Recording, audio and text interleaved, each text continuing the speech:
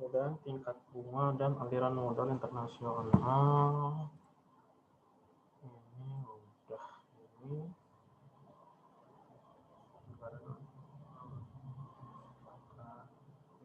evaluasi.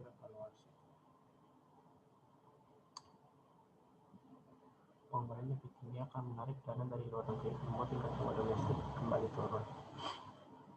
Dan jika tingkat bunga domestik di bawah tingkat bunga dunia, R bintang penduduk domestik akan memencangkan keluar untuk mendapatkan pengembalian lebih tinggi, membuat tingkat bunga domestik kembali ke atas.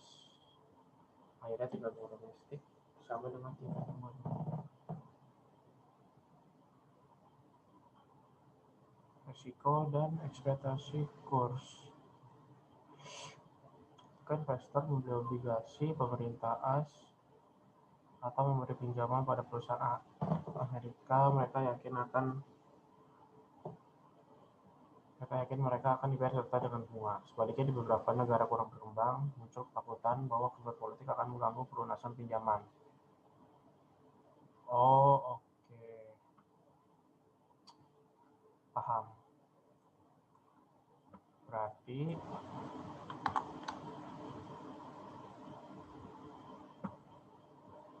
negara berkembang muncul ketakutan kebijakan politik akan mengganggu pelunasan pinjaman. Pinjaman di negara-negara ini sering harus membayar tingkat bunga lebih tinggi untuk mengkompensasi resiko. Berarti risk premium atau premi risiko itu yang kata Bu Eka Peta. Berarti ketika ada risk premium, R domestik kita harus lebih tinggi.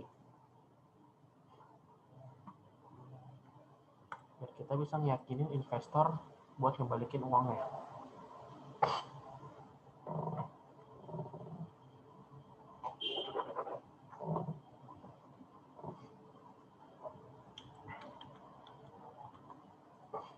Ekspektasi kurs, misal orang berharap franc Prancis turun terhadap dolar AS, pinjaman dalam franc akan dibayar dengan mata uang yang kurang berharga daripada pinjaman dalam dolar untuk mengkompensasi penurunan pada mata uang Prancis. Tingkat bunga di Prancis akan lebih tinggi. Ya benar. Berarti ini diganti aja deh. Rupiah Indonesia.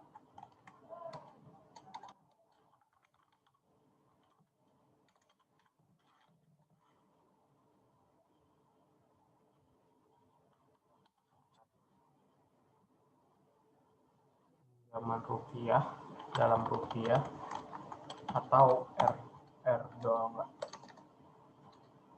akan dibayar dengan mata uang yang kurang berharga daripada pinjaman dolar untuk kompensasi penurunan mata uang Indonesia. Bunga di Indonesia lebih tinggi daripada di AS. Jadi tingkat bunga di Indonesia itu bisa kita tulis R dom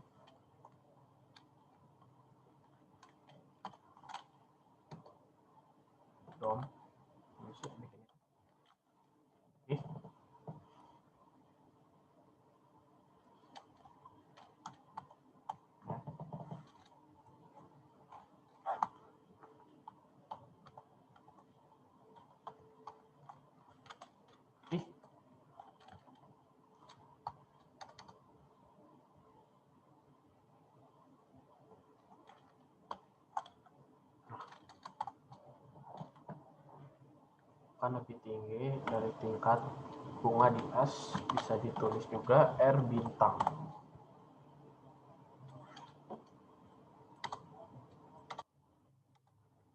Apa sih?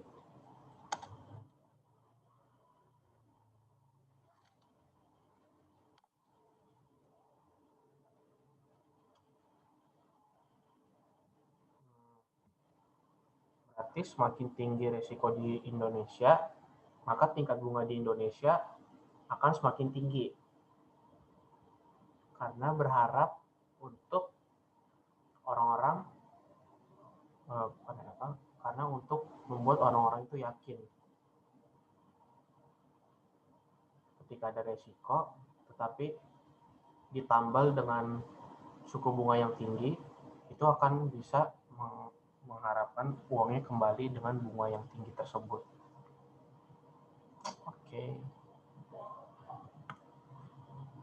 Perbedaan pada model money framing untuk masukkan perubahan tingkat bunga ke dalam model money framing, kita asumsikan tingkat bunga di perekonomian terbuka kecil ditentukan oleh tingkat bunga dunia ditambah premi risiko atau theta. R sama dengan R bintang ditambah theta. Premi risiko ditentukan oleh risiko politik memberi pinjaman di sebuah negara dan perubahan yang diharapkan pada kurs real. Kita anggap premi risiko level eksogen S masukin di I, LM masukin di money demand. Untuk tiap kebijakan fiskal, kebijakan moneter, tingkat harga, dan premi risiko yang ada, dua persamaan ini menentukan tingkat pendapatan kurs yang menyeimbangkan pasar barang dan pasar uang. Misal, kemelut politik menyebabkan premi risiko negara naik. Oke, berarti kalau premi risiko naik, tadi kan R sama dengan R bintang ditambah premi. Berarti kalau misalkan R sama dengan yang ini ditambah theta ini ya, premi risiko ini naik, berarti R domestik harus ikutan naik juga dong, logikanya kan.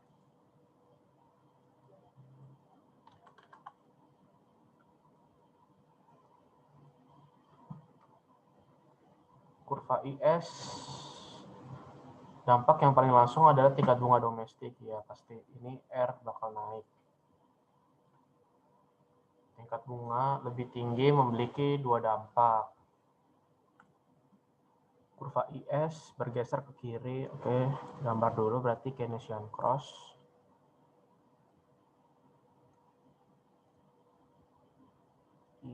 Bukan, ini R, salah. AE ini Y di sini S apa ya, aktual expenditure Y sama dengan E, terus di sini planned expenditure PX Y sama dengan C plus I plus G plus NX. Kurva IS bergeser kiri karena tingkat bunga lebih tinggi mengenai investasi. Berarti ini turun.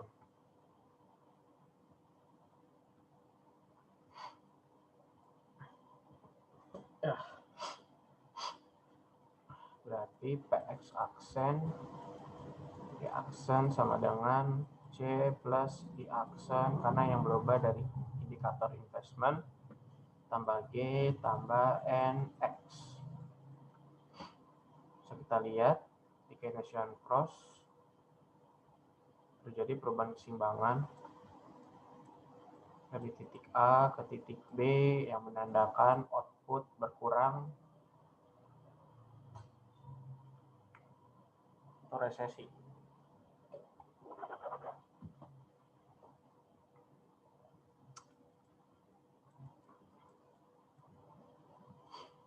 Berarti kalau misalkan di kurva IS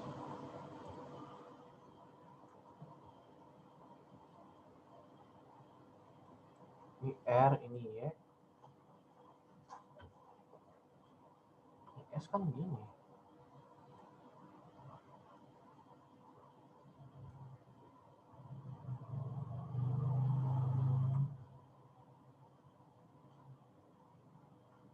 Benar sih, output sih yang berkurang.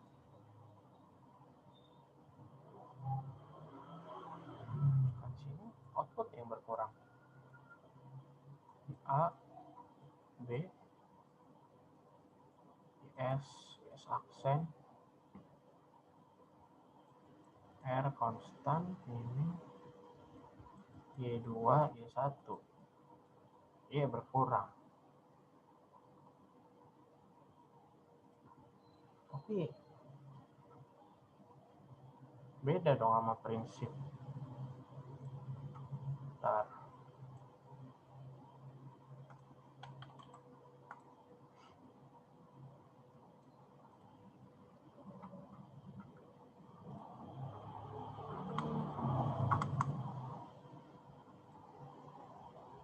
Ini bukan.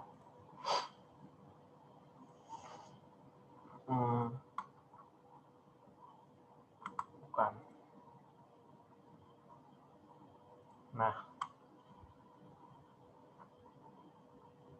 Nah ini agak bertentangan ya. Nah,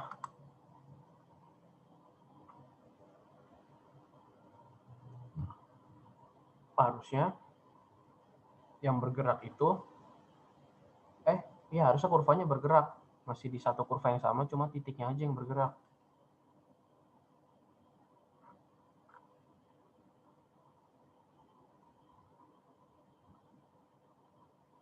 Oh ya, ini di aksen udah ada R bintang sama premi.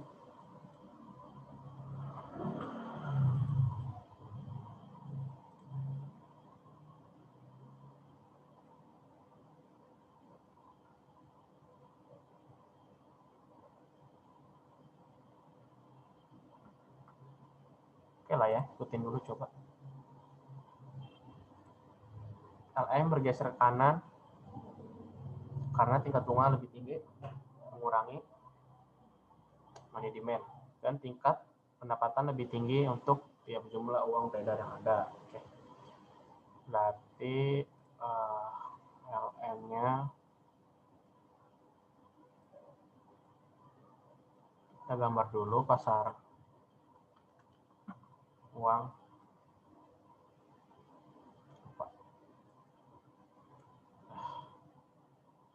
Ini LM. Ini ada money demand.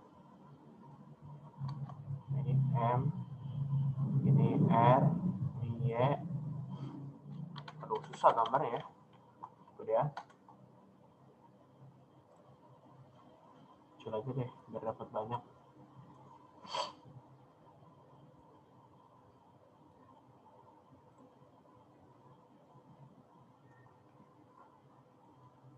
M per P, ini R, ini M, S, ini MD yang dipengaruhi L,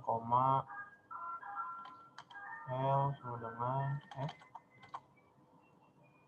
R, Y.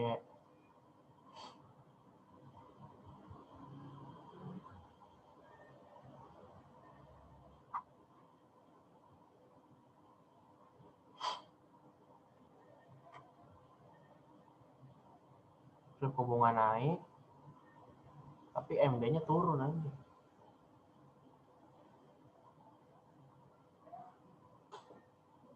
Harusnya MD-nya naik ya. Karena ini naik tadi.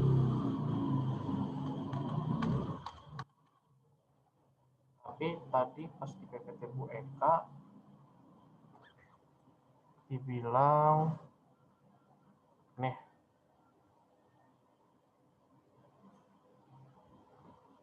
masuk akal sih.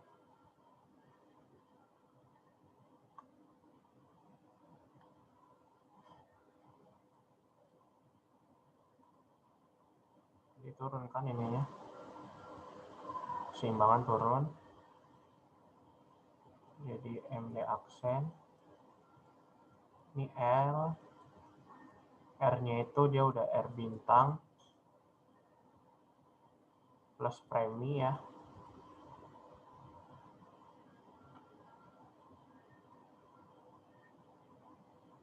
Oh enggak, sorry, ini masih domestik, berarti ini juga belum R bintang ini masih R tadi kan, karena premi risiko naik berarti R domestik juga naik, ini R domestik yang naik. R domestik naik ini.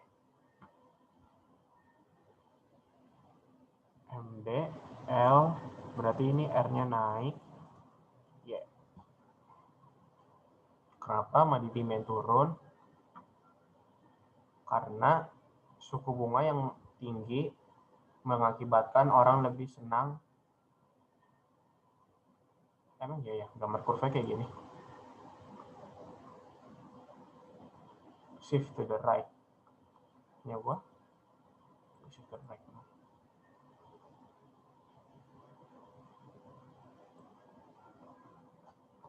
Ini ada penjelasan ya, kenapa money demand turun. Harusnya kan kalau sesuai teori tadi, kalau misalkan R meningkat, money demand harusnya ke sini, tapi dia malah di bawah titik keseimbangan. Karena ini alasannya, suku bunga yang tinggi mengakibatkan orang lebih senang pegang surat berharga daripada uang cash. Suku bunga tinggi mengakibatkan orang lebih senang surat berharga, ya, karena returnnya bisa lebih tinggi daripada dia megang uang, sehingga money demand turun. Penurunan money demand mengakibatkan LM naik kanan bawah. Pada pendapatan Y yang sama di jangka pendek, peningkatan LM geser kanan bawah akan menurunkan suku bunga untuk mengkompensasi turunnya uang yang dipegang masyarakat.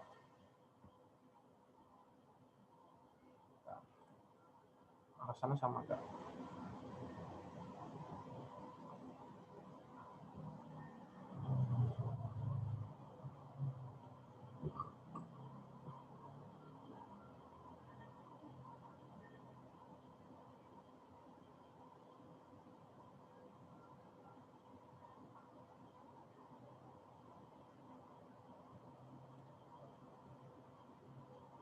Bisa. Berarti ini A, ini B, M per P-nya konstan, ini R2, R1. Berarti di kurva LN-nya bisa digambar kayak gini ya.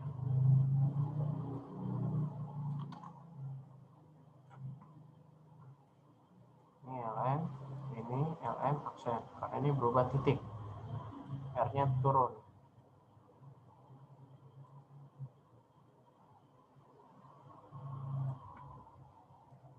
R1, R2,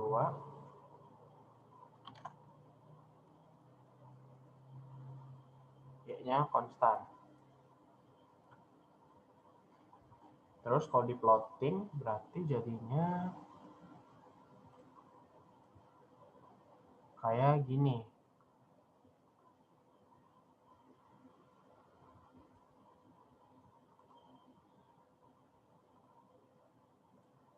Sini aja deh. Nah, sini. Nah.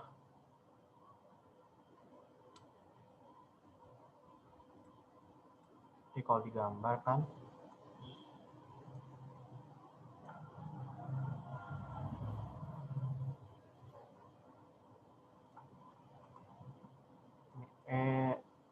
Y,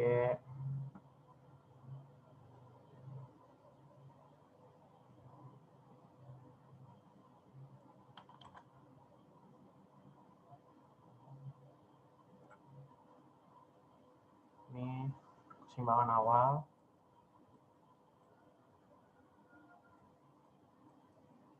bintang, IS bintang. Terus tadi awal ditanggapi nama IS geser ke bawah gambarnya, IS nggak dapet kakak.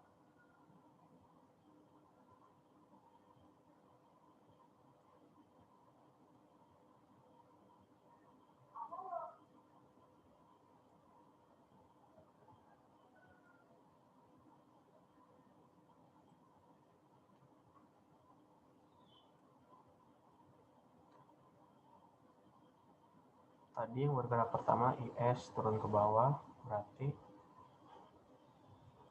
ini.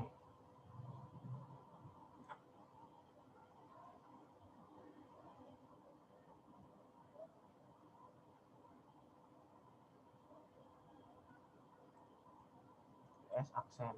Harusnya dia di sini. Tapi ternyata LM juga mempengaruhi. Karena kenaikan bunga, LM terpengaruhi juga. Tadi LM-nya ke sini berarti geser ke kanan. Berarti kayak gini. LM bintang aksen, ini ES bintang aksen. Dari A ke titik B. Ini dong. E2, Y1, E1, E2. Berarti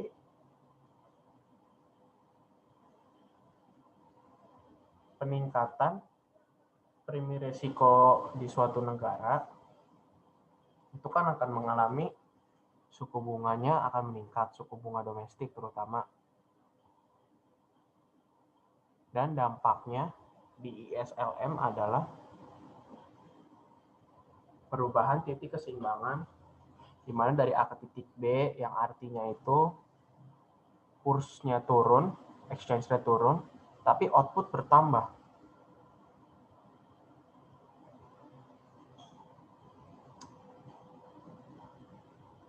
Iya betul, bertambah ya.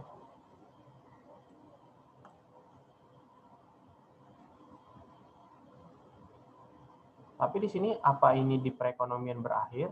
Apa ini di mana perekonomian berakhir? Di slide berikut kita akan melihat bahwa kenaikan resiko negara tidak diinginkan. Berarti sebenarnya negara tidak ingin risk premiumnya itu naik. Karena percuma ya. Bisa lihat di sini nih. Outputnya nambah. Tapi di satu sisi nilai rupiahnya itu menjadi depresiasi, jadi turun.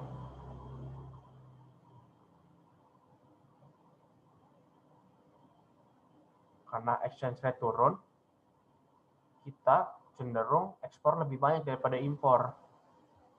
Itulah kenapa ininya nambah. Beda LN sih.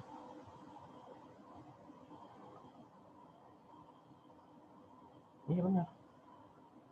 Karena exchange rate turun, nilai rupiah terdepresiasi, jadi barang-barang di negeri kita lebih murah, lebih murah daripada barang-barang di luar negeri, sehingga luar negeri mengimpor barang dari negeri kita karena lagi murah,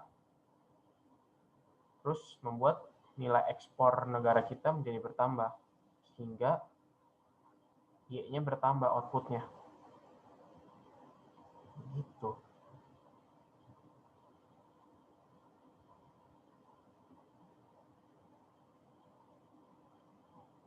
Ini juga sebenarnya implementasi ISLM-nya juga beda ya sama yang di Bu Eka. Tuh, IS-nya beda. Terus ini kan ngomongin investasi. Nih, ini fungsi investasi itu.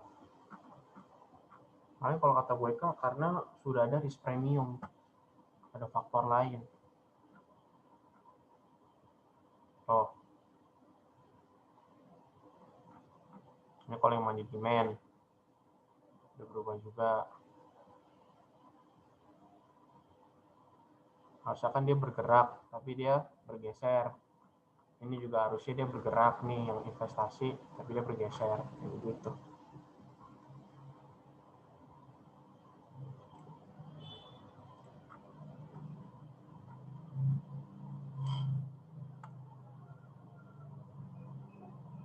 Oke, ini dihapus dulu.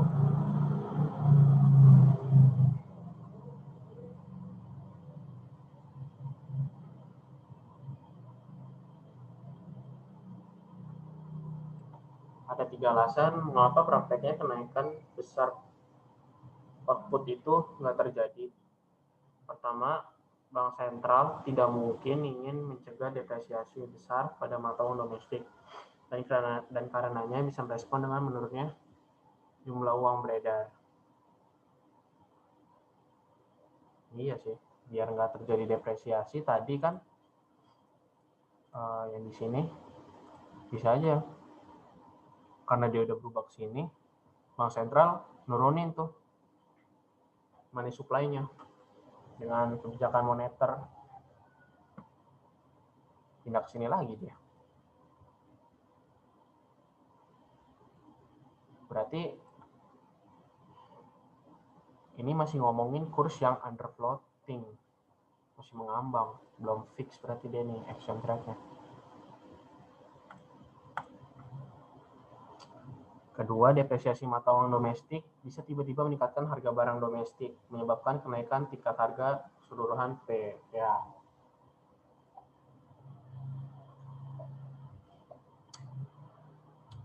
Tiga, beberapa peristiwa meningkat premi risiko negara. Penduduk negara itu mungkin merespon dengan meningkat permintaan uang mereka. Oh, paham. Ketika beberapa peristiwa meningkatkan premi risiko negara. Contoh peristiwa yang meningkatkan premi risiko itu kayak demo yang tahun 97, 98 gitulah. Kayak orang-orang tuh money demand-nya meningkat karena satu-satunya aset yang bisa dipegang yang bisa diselamatkan ya pada saat itu ya uangnya sendiri yang ada di bank. Makanya money demand bisa meningkat di situ. Semua tiga perubahan ini akan cenderung menggeser kurva LM ke kiri, ya, yang mengurangi penurunan kurs, tapi juga cenderung menekan pendapatan. Berarti kalau misalkan kita ikutin prinsip itu, kurva ini berarti ini tadi sini, tapi kita putar balik. Jadinya Y-nya stagnan, tapi E-nya juga stagnan sih. E-nya juga tetap. Berarti dong. Kalau balik sini lagi. Atau bisa juga di sini. Ini malah E-nya naik, Y-nya turun.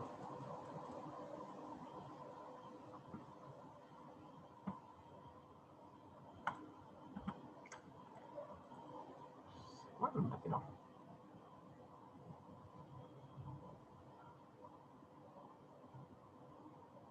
Yang mengurangi penurunan kurs.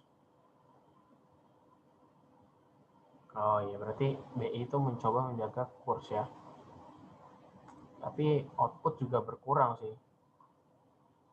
Ada yang untung, ada yang rugi. Itulah kira-kiranya. Kalau kemarin Ibu Eka itu dia ngebahas satu lagi ya, masalah ini nih. Boom in income in a high risk country under fixed exchange rate. Jika ada penambahan output di negara yang risk premium atau premi resikonya tinggi dengan kebijakan under fix ya. Under fix itu dengan segala cara nilai E ya atau exchange rate itu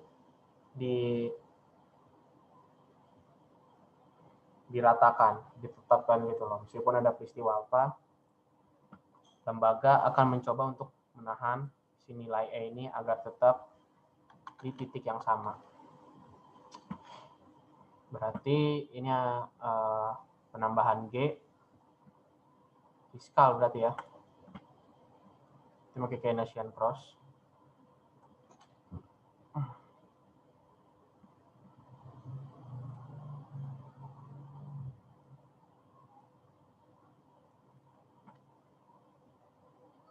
Y sama dengan E, ini E, ini Y,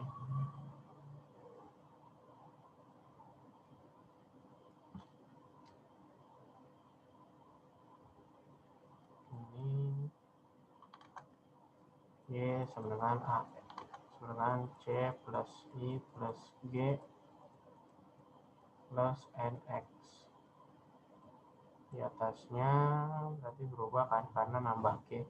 Y aksen sama dengan C plus I plus G aksen plus X. Jadi perubahan keseimbangan di Keynesian cross. Y-nya nambah ya. Output atau income nambah dari titik A ke titik B. Kalau kita plotting di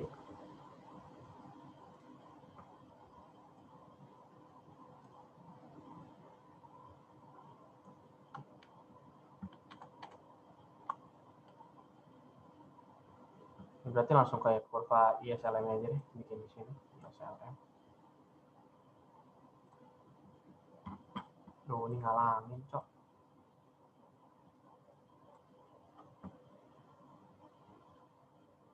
Apa tuh? Y.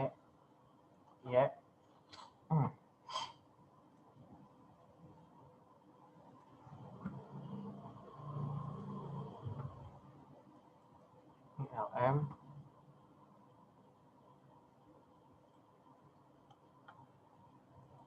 S bintang, pakai bintang, jangan lupa. Tadi penambahan G berarti IS-nya Y bertambah ya, berarti naik.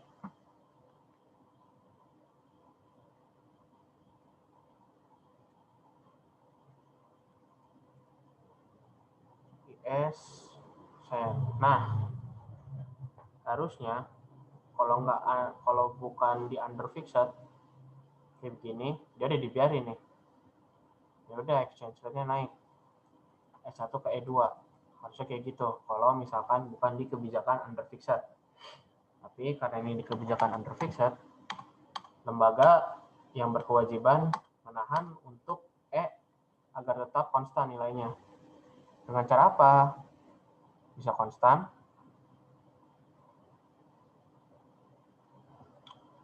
Dengan cara menambah money supply.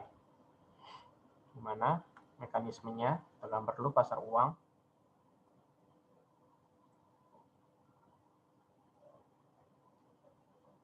Salah. Ini M per P.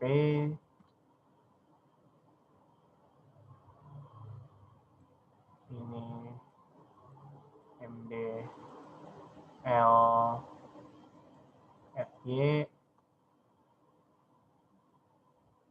Ini M per P di sini, ini MS. Bisa dihapus apa? Sini R. M per P. Nah, dengan money supply kita naikin, harga tetap sama dengan money supply naik gitu. Berarti geser ke kanan kurvanya.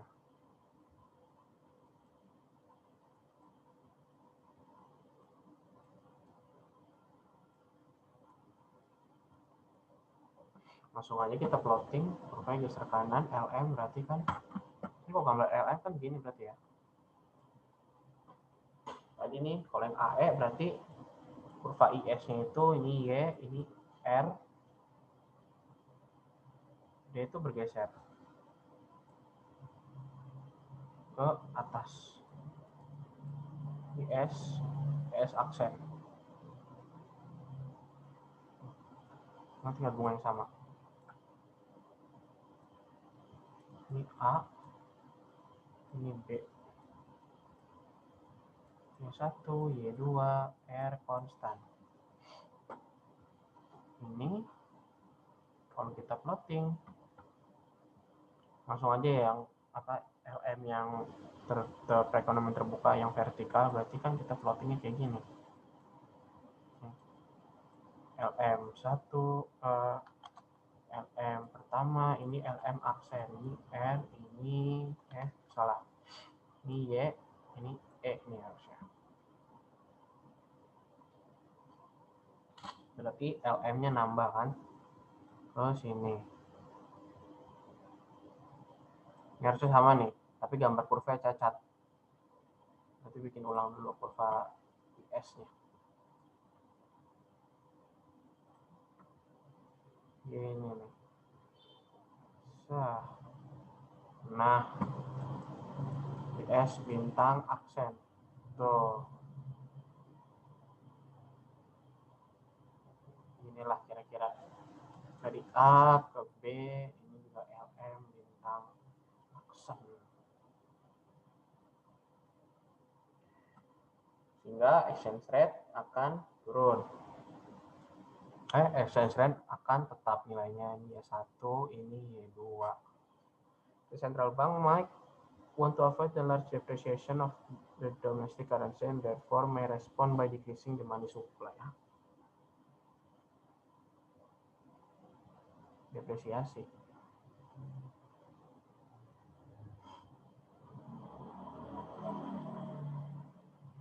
Contract to their initial position. Kata no.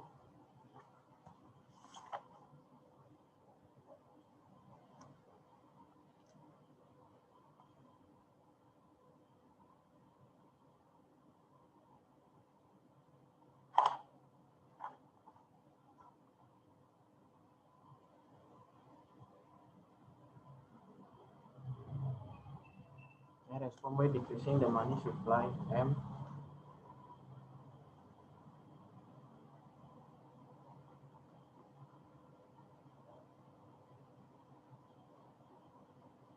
Ini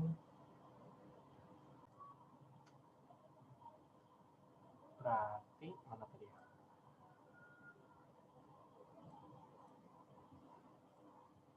Berarti intinya LM ini kita nggak bisa tahu ketika di high risk country. Bisa saja LM-nya di sini atau LM bisa juga nyampe sini yang bisa menyebabkan depresiasi mata uang. Bisa juga di sini.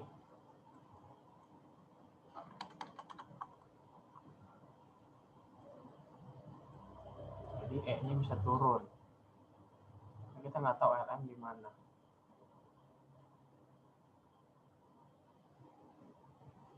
Sehingga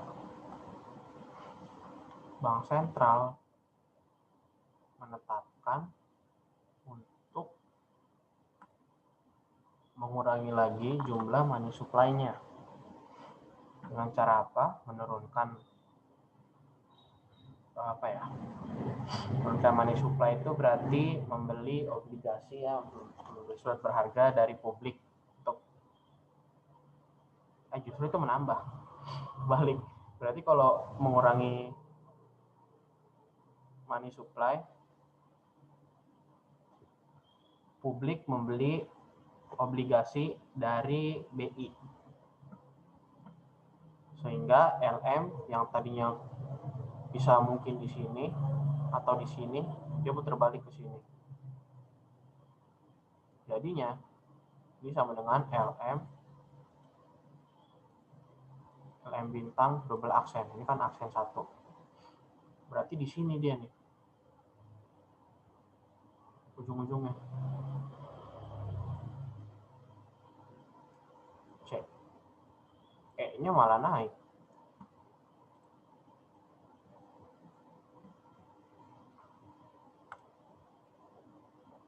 Ininya jadi kembali lagi ke semua output. Di PPT juga sih bilang find result, E-nya naik, E-nya fix.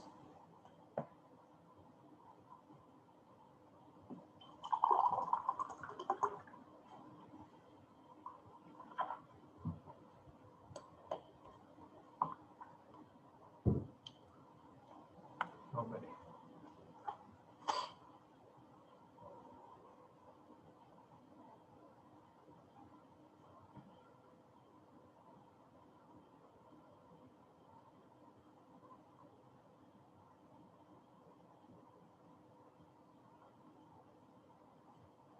Panjang, pendek.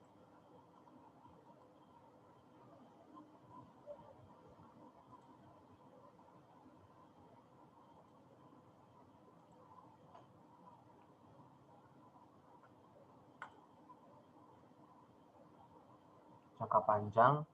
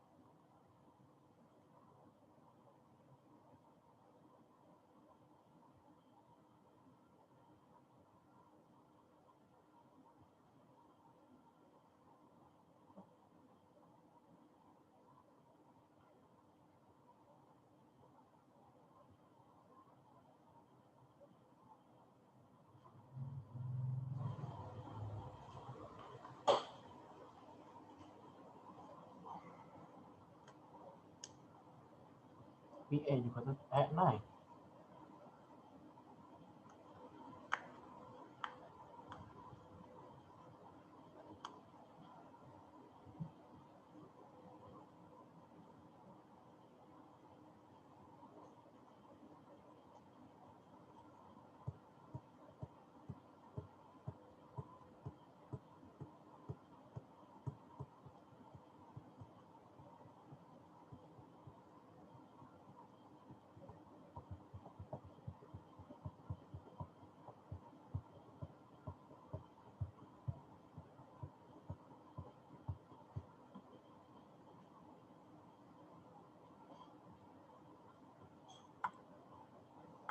Itu benar ya, kayak gitu. Berarti jangka pendeknya output naik, output naik, exchange rate tetap. Tapi pada jangka panjang, enggak. Jangka pendeknya itu output naik, tetapi exchange rate itu bisa tetap atau turun. Karena ini di negara dengan premi resiko yang tinggi, LM-nya tidak stabil. Kemudian untuk mengembalikan itu, Bank Sentral menurunkan lagi money supply-nya biar outputnya tetap, tapi kursnya itu naik, terapresiasi.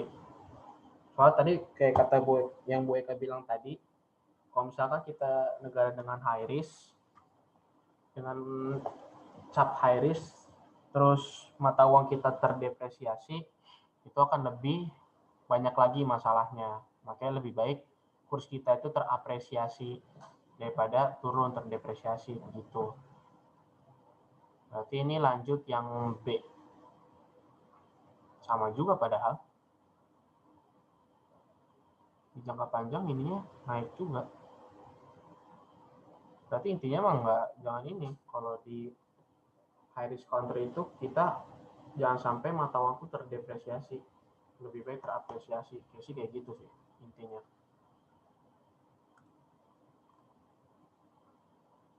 Ini kayak sama aja kayak tadi dong.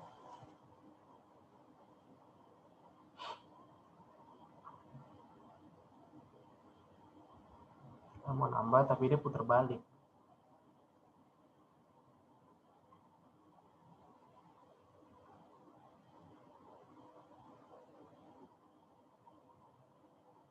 Nah, ini kita gambar aja dulu lah AE-nya.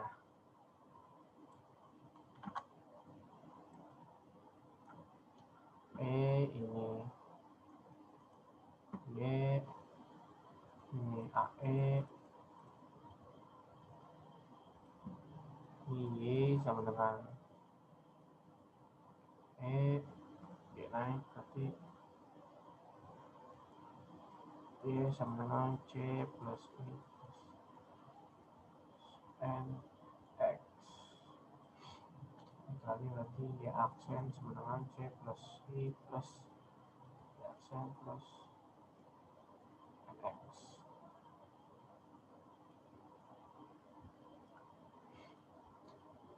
Oke.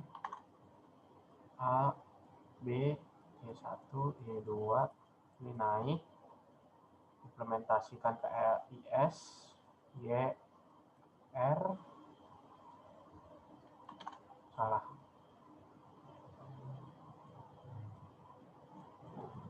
S, terus aksen,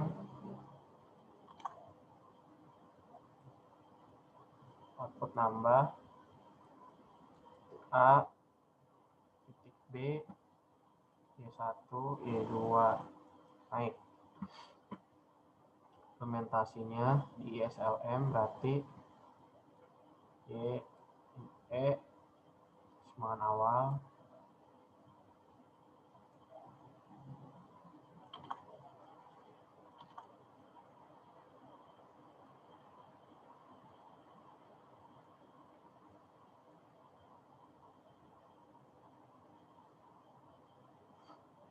ini titik A, ini karena ingin terjadi kenaikan, oke, LM dulu. bikin LMN itu gimana?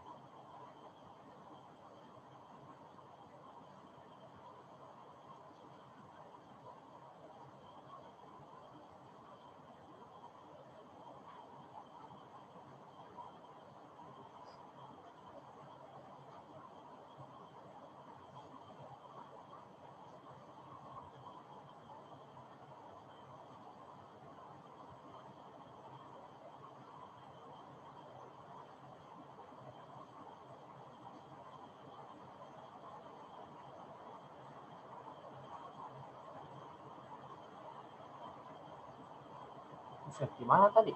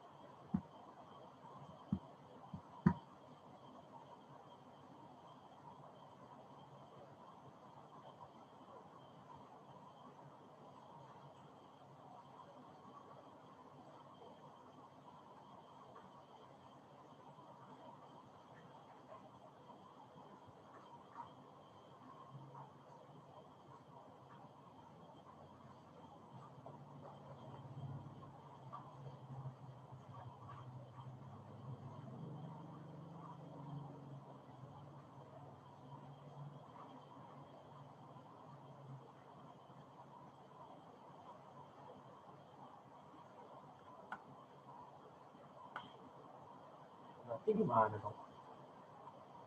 When some even increase the country risk premium, resident of the country might respond to the same event by increasing their demand for money.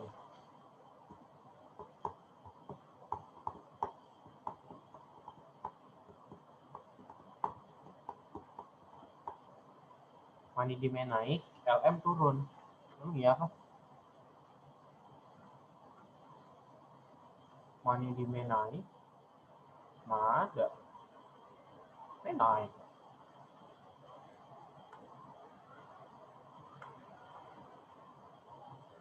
Bingung gua.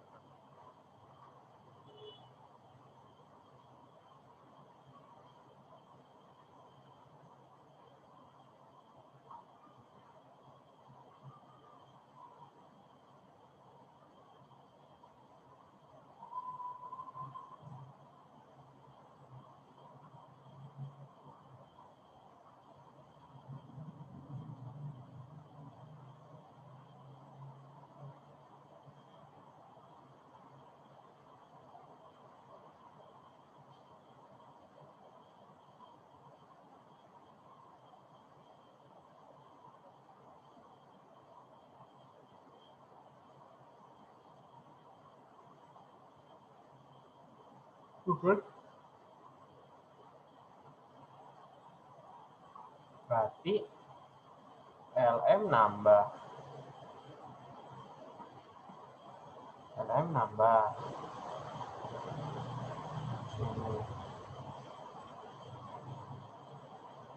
Ini turun.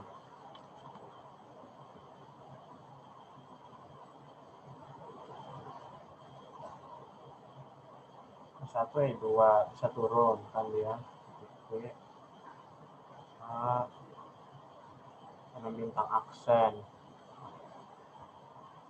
Tapi kita mencoba depresiasi.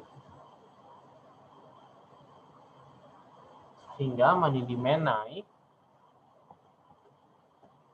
Money demand naik karena yang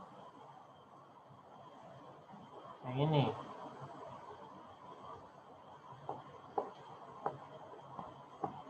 Ini nggak ngerti gua. Money demand naik. Tapi itu money demand naik. Ini money demand turun, LM naik. Oh iya benar. Benar nggak sih?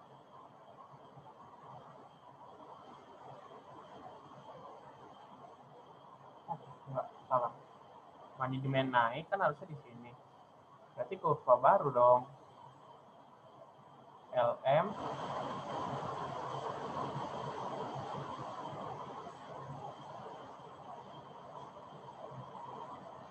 kanan berarti ke kiri LM-nya.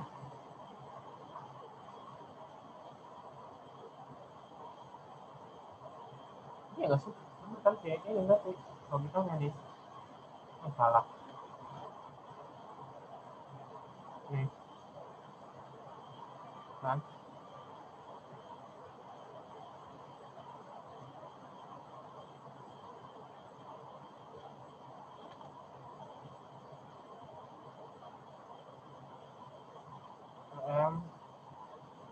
Berarti kalau di plotting itu jadinya kan ini. Ini LM biasa, ini LM aksen, ini LM double aksen.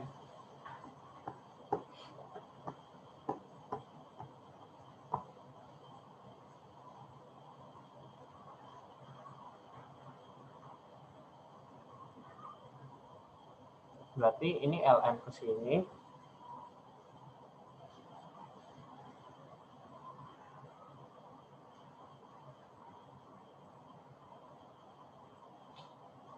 Aduh, saya nggak paham. Gak paham guys, pusing banget guys. Udahan lah. Belajarnya pusing kepala gua.